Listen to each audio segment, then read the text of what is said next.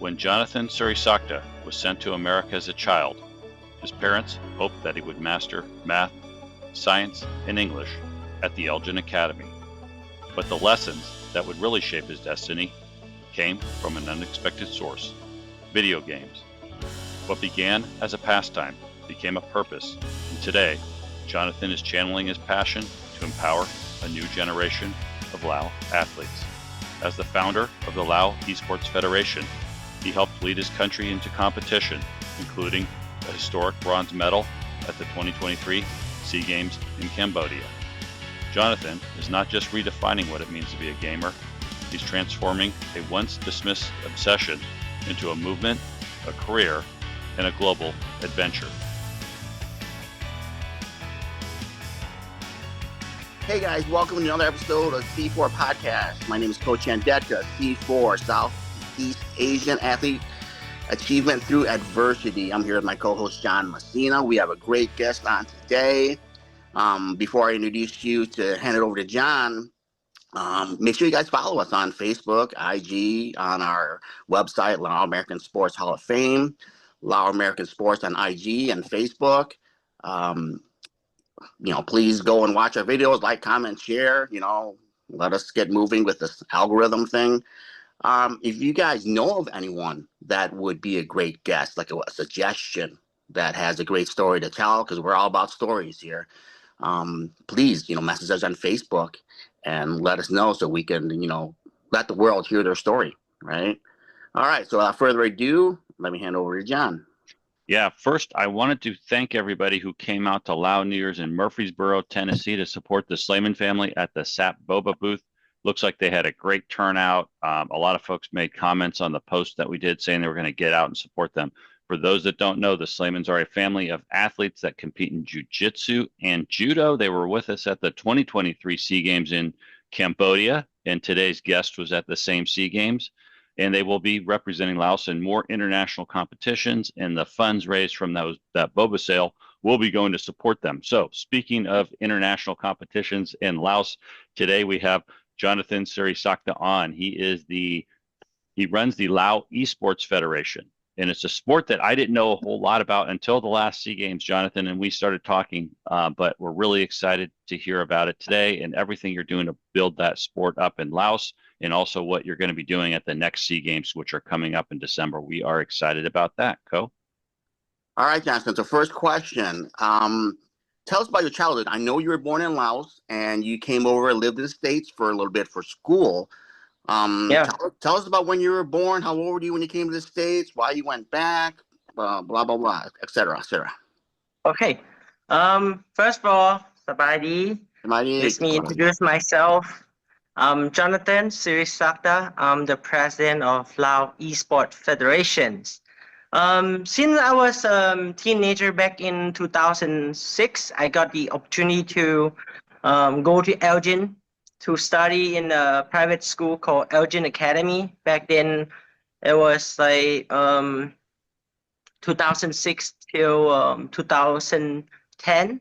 That's when I actually get into a lot of gaming.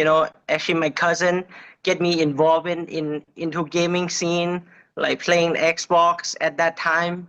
Civilized. One child bought me some game console, for Christmas. And that's how I get started. And it's but the esport it come quite later after I returned back to Laos. But the reason I returned back at that time because Auntie passed away. I didn't have a proper guardian at that time. My cousin, most of them are really busy with their life, with their business. So it's better for me to come back. So when I actually come back, I got the opportunity to do a lot of gaming community events. That's how I get started promoting esport. But it was not really well known at that time. Actually, it was considered illegal at that time, since game in Laos is kind of like the meaning of gambling. I think it's similar definition with a lot of Southeast Asian country when the government, the adult, they consider game as like slot machine. So me hosting a proper esport title game considering illegal at that time. So I kind of have to bypass it, doing some like register and delete it, do live stream and delete it. So it's quite really like dark area at that time, but it's nothing doing like gray or black stuff. It just really we are driving the community. Yeah. Okay. Good. So then tell us about esports because I know they're video games, but Mhm. how, what games you play, how do you compete? Explain a little bit more about the sport itself. Yeah. So esport is basically the E coming from electronics and sport it just like sports. So electronic sport, you know. So well esport the whole centerpiece of esport is that it had to be equal in the both side in order to be competing.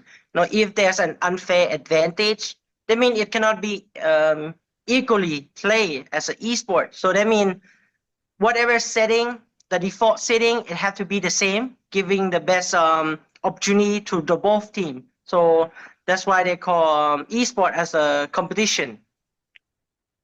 Explain to us what games, like, are we talking about like NFL football and then one person play against the other, or who picks the games? What kind of games are you? Football, basketball? Is it Uh, boxing, combat I mean, games? if it like in North America or in the European side, most of them they will um, the game title selected is probably influenced by the community size. Let's Mm, say in America, there okay, will be what is it NBA game okay, title every okay, year or NFL okay. or some like maybe Rocket League or FIFA, you know. But Uh, in let's say in Southeast Asia, we tend to host a lot of mobile gaming. Since a lot of mobile gaming is, it evolved into like a main platform now to do a competition or doing gaming because it's quite easy to access in terms of the cost, to the Southeast Asian people. But yeah, I mean, the game type is quite different, all depending with the community. so what is it in Laos? What's the favorites in the? The game we mostly played in Laos or the Southeast Asian, we call it Mobile Legend. Uh-huh. The game Mobile Legend is you might heard the game called Dota 2. Dota 2. Dora. Okay. You might heard of it. Yeah. So it's the same concept. Is 5 vs 5 team up. Try Uh, to beat out the other side tower and the main tower in order to get the score. So okay. it's a similar type of game that is played. The Mobile Legend, the game that we famously play in Lao, it have actually 1.7 million active user. So Uh, it's at least like 20-30% of our population. It's quite a big title. Yeah. wow. Wow. Wow. So then it's so when you go to a competition like the Sea Games or some other competition, is it sort of so five Lao athletes against five from another country, they'll compete in this game, and then Yes. the Yes. winner Of will go course. Of play the course. better one, something like a tournament? Yeah. Yeah. Yeah. Of course. But before we get into the compete, a lot of what's going behind the scene is that a lot of federation they have to come agree upon of the game title that they will be selecting is based on the participant of the nationality of the Southeast Asian. At least if you have at least 5 national to participate in that game title, it would most likely to be selected like Mobile Legend. Yeah. Now, how old are some of the participants? What's the youngest to what is the oldest? I mean, it's always been 16 and plus, with the parent consent. But Okay. recently we compete in back in 2022 in Vietnam. They agree upon 18 and plus. The reasoning given by that is based by the law of the Vietnam law for the people who get involved in the esport. But most likely it's always 16 plus. Okay. Yeah. Cool. Okay. Yeah, interesting. So tell us with the Esports Federation in Laos, What are you doing to develop the sport there? How are you training people? How are you finding good gamers? Just tell us what you're doing to develop it. I mean, esport is quite unique industry, let's say in Laos.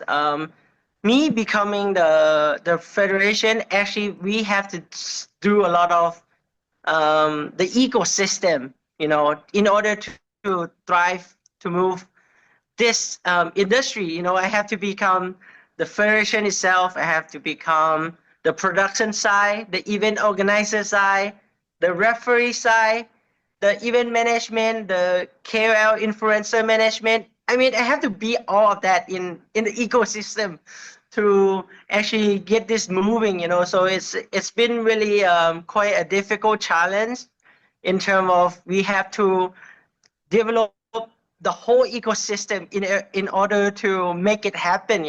Even we have to have some selected player pool, selected caster, analytics. A lot of that, it have to be from zero. It's quite challenging, and it's always been myself that funded the whole system, the whole Wow. ecosystem in Lao, and I'm still keep pouring money into this because I believe that esport is a platform for the Lao youth to actually discover themselves. No, it's not just about the gaming. It's about them be able to showcase their skill. Because I mean, getting up on stage, competing, it's not an easy thing for the Lao people. As you know, most of them it's been like our culturally it's been really shy culture, and it's encouraged them to really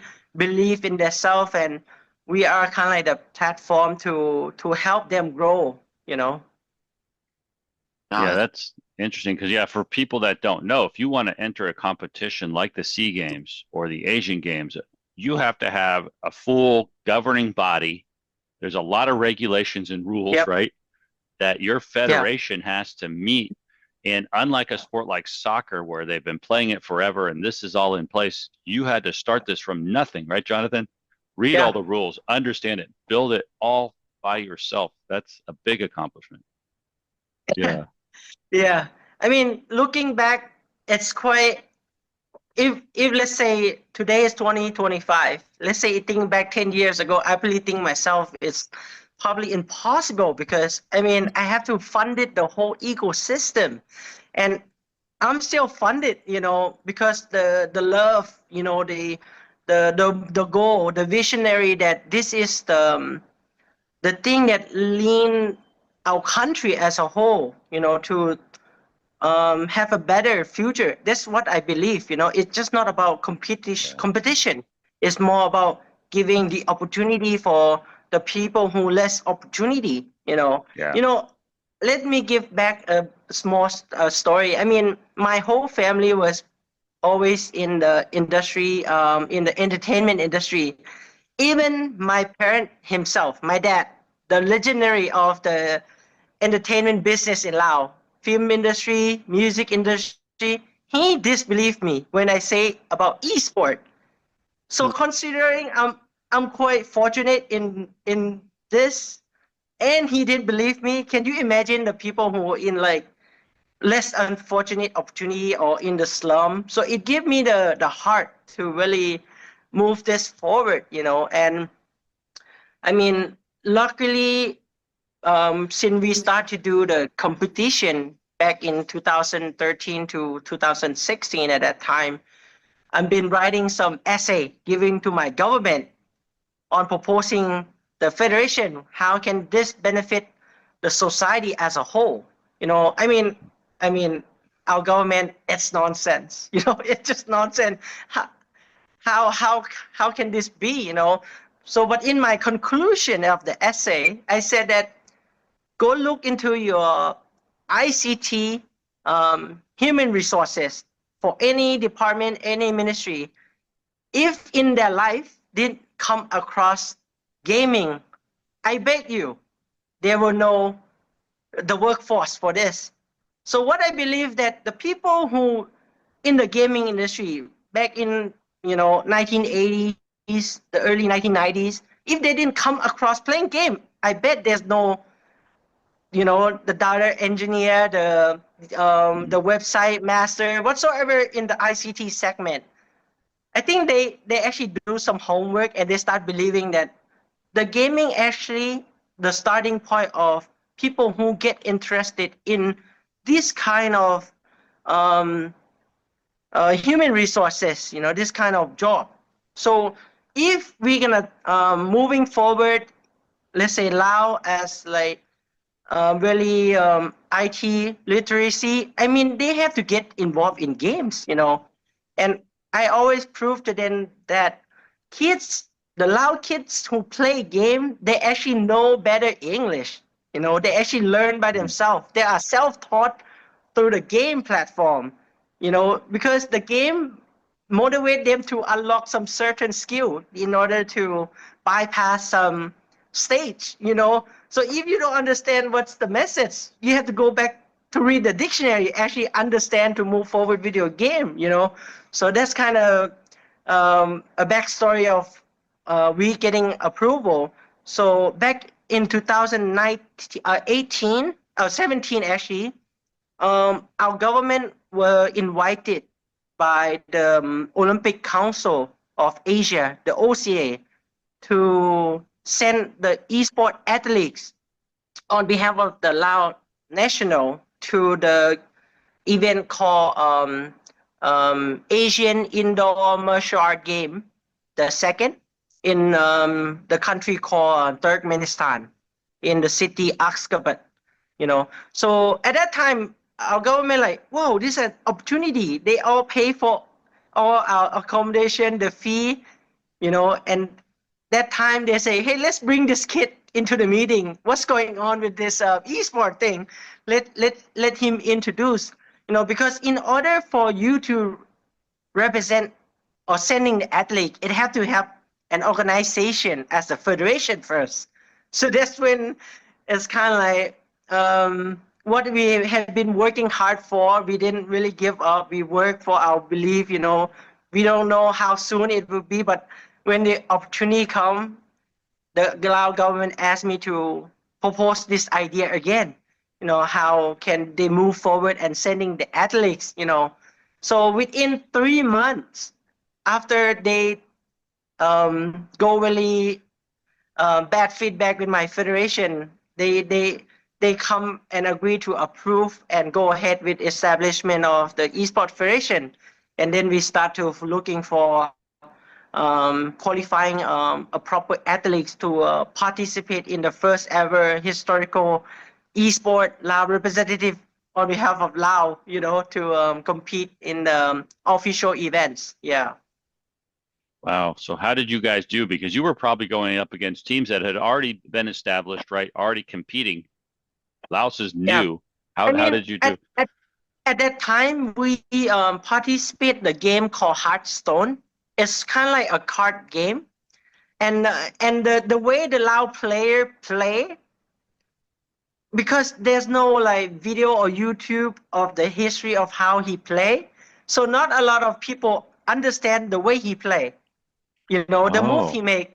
So he kind of make into quite a deep position. I think he went until top 8.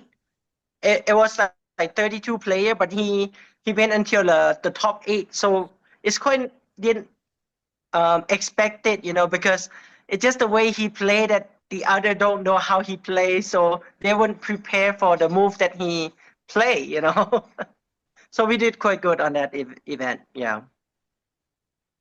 Yeah, that's really good. Well, what are some? How many people are on the team? Like how many athletes do you have that represent the Lao national team? Till this day, I think we got about 200-300 professional athletes who've been competing internationally. I think one of them is world famous now. You can actually search his name. His name is Liu Jackie. He played Dota 2. He been played it for 5 years. His total earning is $500,000 US now. Really? So he's quite famous. Can you spell it? Spell it. Lil Jackie. L Yeah, I you can L look it up. L I L Jackie. Yeah, Little Jackie. those are two.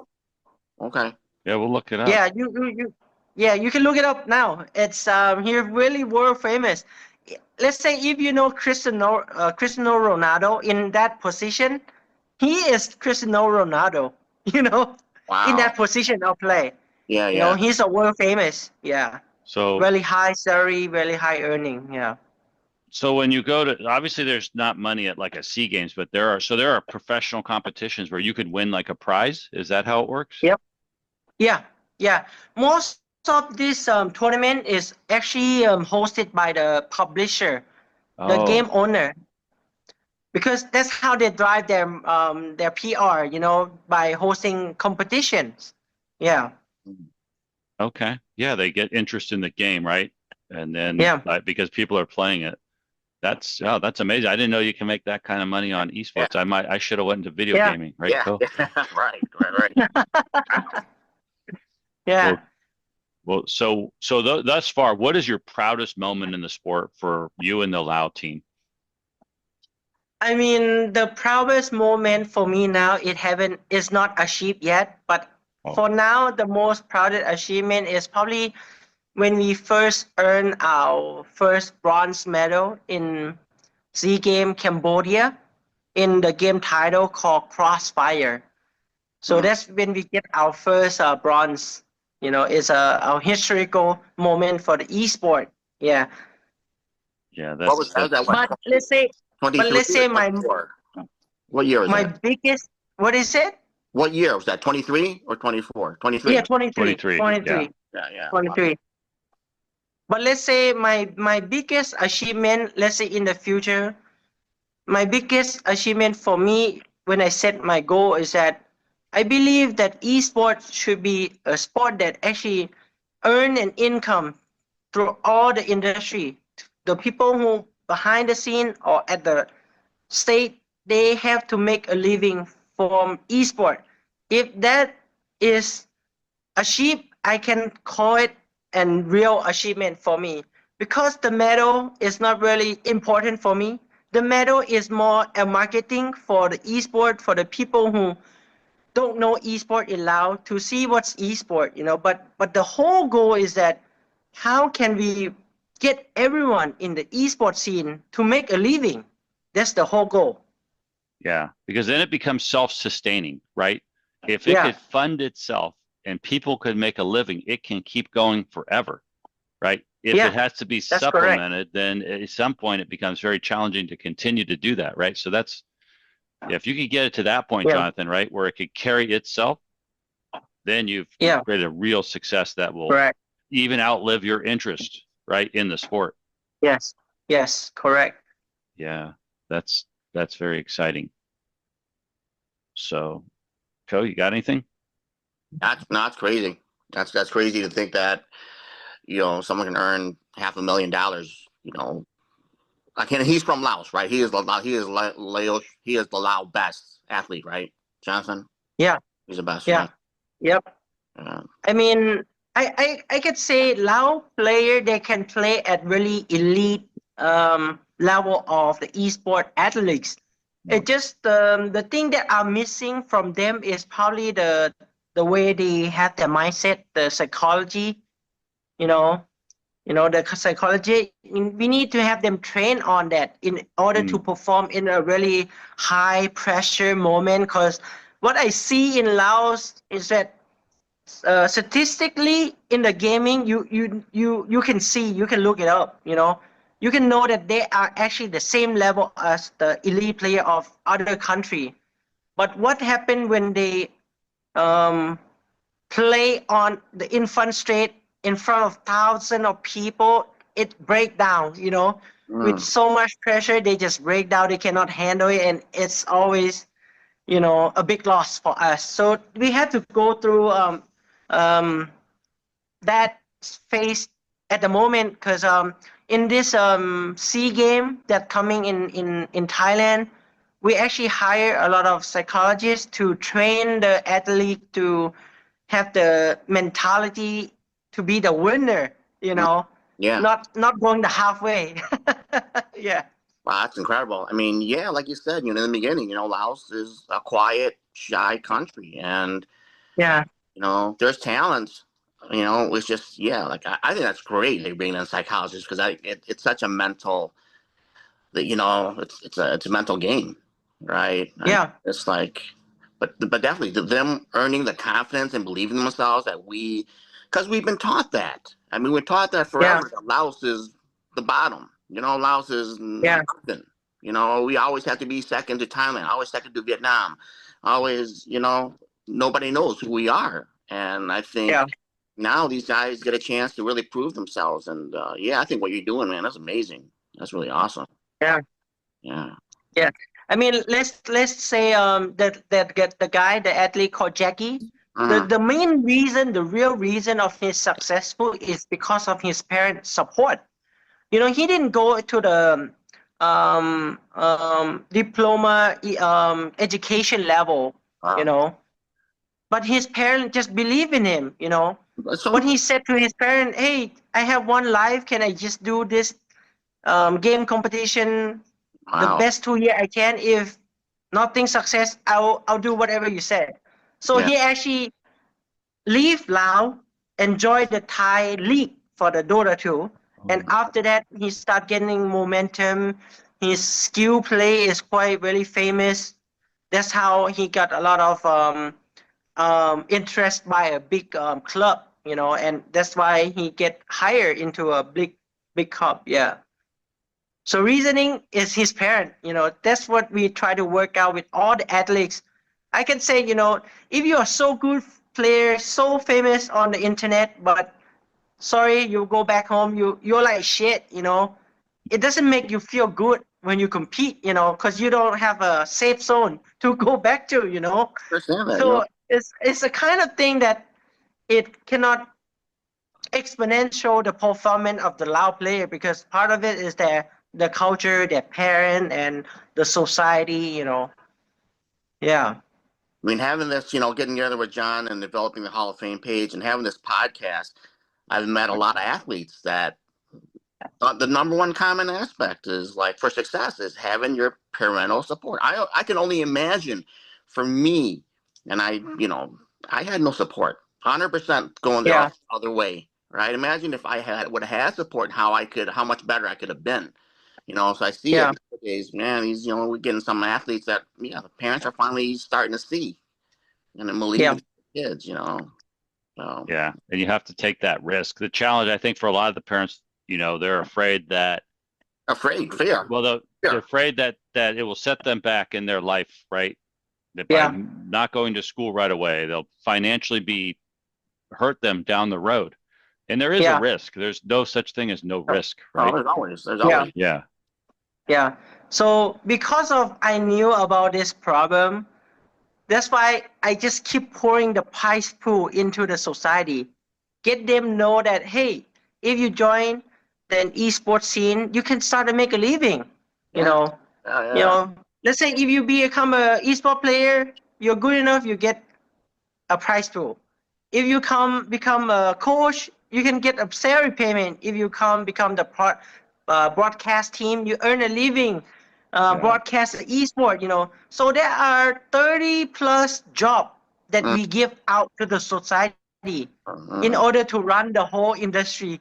So me with the partner, with the sponsorship, we use that capital to spend all the money for the industry, not just the player prize pool, for yeah. all Yeah. the member behind the scene, in front of the stage. Yeah, everyone earn a living with the esport. Yeah. Mm. Yeah. That's exciting. Yeah, that's a great way to do it. I mean, get everybody. Yeah. There's so much behind the scenes people don't know. Like a great athlete has so many people behind the scenes that support them. It's just not just Yeah. them doing it by themselves. We have a lot of it's a group effort. Yeah. So yeah, no, that's great. I hope we can. I hope Laos. Best of luck to you guys. In this upcoming SEA Games in December. So yeah. So what advice do you have to somebody who wants to get involved in esports, whether they're in Laos or the US? I think a lot of I see the problem about the esport is that people don't know the the definition of what's becoming a casual gamer or the elite professional esport player. It's totally different, Yeah. because becoming a professional, that means you have a program to program yourself to develop. You have to sleep well, you have to train well, you have to meditate well. It's not just you play game. If you have chance to ask the professional gamer, they probably let's play this. Let's say they play on the joystick, right? Like PlayStation. After they're competing, they probably want to throw the joystick, because it's so much pressure involving into such a really um what is it, small pool of people to be able to success in this. So if I have an advice to the young people or to the parent, I can say that to a certain point, you really have to evaluate yourself or your kids, how he playing, because in the game, in all the game in esport or every game, there's a ranking. You know, let's say in North America, if you play NFL, they will say who's the top 10, and the Yeah. top 10 actually the people who earn a living. So if you cannot make in the top 10, what are the job criteria that you have the opportunity to do, right? You can running the league manager, you can running the offline tournament for that game, for the game that you love, but you are not just skillful enough. you know Not all the coach that coach the normal sport, they are athletes themselves. Some are trained to have a good leadership. Some are trained to be behind the stage, do the broadcasting. So there's a lot of job opportunity. The game industry is quite like a tip of the iceberg. You know, it just a really slim chance for you to achieve. But if you can achieve that level, and if there's success or no success, you have to have second plan. You really have to see and evaluate yourself if this is worth it. Because what I said is that all game, all activity, all sport, it all the trade off with the time. you know so the time you have input, you have to really see how long you can go on with this. So if you will become professionally, you have to see from the professional side how hard it is, and see how the habit they have to do to be in order to be on the stage. If you don't have that kind of habit, just forget about it. To be honest.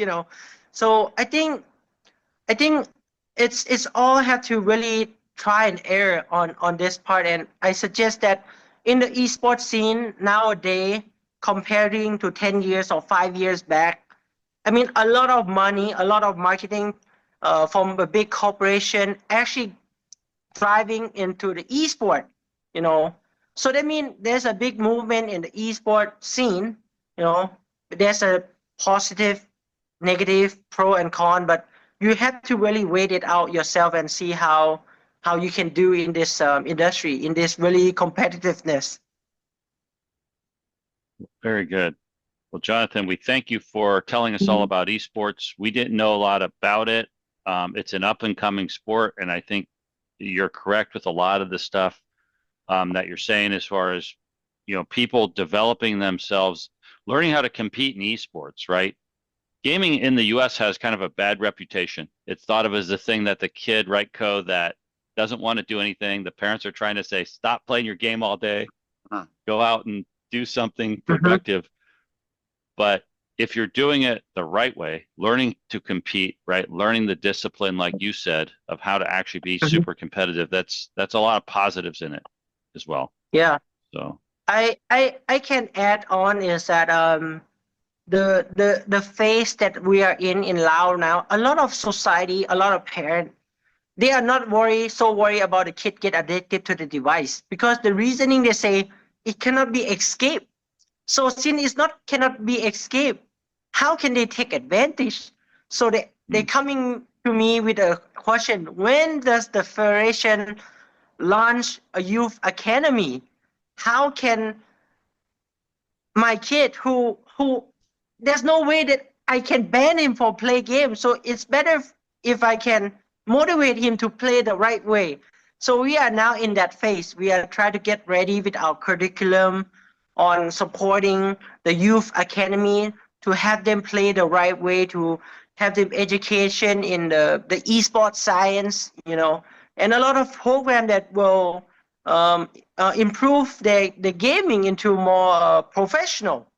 That's what we have been trying. So I'm hoping by early next year we'll be launching our professional league, and with the professional league it will come the youth academy will go hand in hand with the leagues, and then after we have a youth academy, we'll have a subdivision to provide a stage for the youth academy to participate. So that means if the parent spend some money on youth academy, they have the right pathway into the professional, into the division that it can develop into a professional league. Yeah. That's great. Yeah, they set a goal. They have a goal to try to achieve. That's good. Yeah. Well, very good. Well, Ko, you have anything else before we wrap up here? And I tell you, an hour ago, I didn't know much about esports, and I don't know. I mean, it's growing up in America. It's kind of like these freaking kids smoking pot, eating Cheetos, playing video games. That's what we think of now. For you to come in and educate us and educate our viewers, that wow, this is great. I mean, it's a great thing going on for our country of Laos. And I'd love to see what your thoughts are like getting athletes from Laos and going over there to compete, who are of Lao descendant, who are in the United States, and going to compete for a Lao team. What are your thoughts on that? I mean, I'm really open to that. I'm actually message you guys that if someone who want to represent Lao and compete it in America, I'm willing to approve that, or even imported the player from America. But I think the chance is really less likely, since the game that you guys play is totally different game that Lao play. So most of the game that play in the state is mostly from console like Xbox or PlayStation 5. But what we play is most of the game that are available in mobile. So that's why I say, okay, if there's a player or you guys can find a player and want to represent Lao, I'm willing to approve that with the Ministry of Foreign Affairs, for them to compete on behalf of Lao flags, Yeah. Awesome. Yeah. As long as they can be competitive, right, Jonathan? And yeah. But you're right. The games are different, so that's a challenge. But maybe it's an opportunity one day for some athletes to enter competitions here in the U.S. that play the other game on behalf of Laos too. We could look into stuff like that. Yeah. So, yeah. Well, good. Well, hey, we really thank you for coming on. This was very informative, and we look forward to seeing what you could do at the SEA Games in Cambodia in December. I'm sorry, Thailand in December. Yeah. I will be there with the swim team again. My daughter will be competing. So we look forward to seeing you there and seeing how the Lao team does at that competition. Ko? All right. Yeah. Again, man, thank you for coming on and informing us of what this is all about, because I really had no clue. But now after hearing everything, man, I'm excited. I'm excited for you guys. So hopefully you get your dream, man, get your wish, yeah. Hope it all comes true for you, man. You've worked hard. You deserve it. So yeah.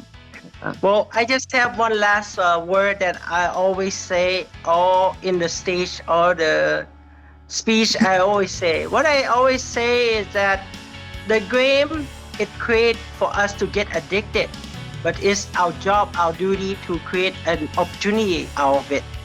So thank you. Yeah. Thank you. Kap Jai. Kap Jai. The C4 podcast is brought to you by the Lao American Sports Hall of Fame. Visit us on the web at laoamericansports.com, celebrating the first, inspiring the next.